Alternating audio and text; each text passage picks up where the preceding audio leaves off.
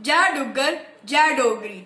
आऊं ऋषभ शर्मा होली अट public high school बनी थुआ साहिल बडियाल दी लिखी दी एक निक्की जही कविता बोलना चाहना है। कविता का नाम है मेरा देश। एक गल है मेरे देसां दी, एक गल है मेरे देसां दी, किश नदियां दी किश पहाड़ें दी, किश नदियां दी किश पहाड़ें दी।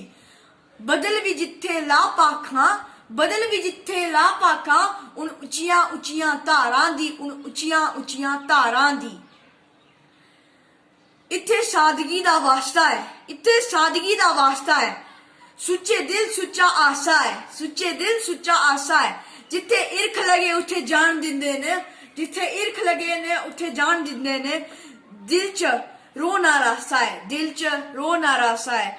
कुथे बहादरी दी गल चले ना डोगरे दा अगे आंदा है, ना डोगरे दा अगे आंदा है।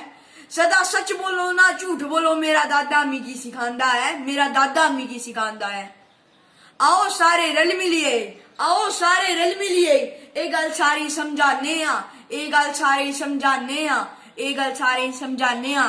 बैर विरोधी छड़िए, बैर विरोधी छड़िए, एक नवा समाज बनाने आ, एक नवा समाज बनाने आ।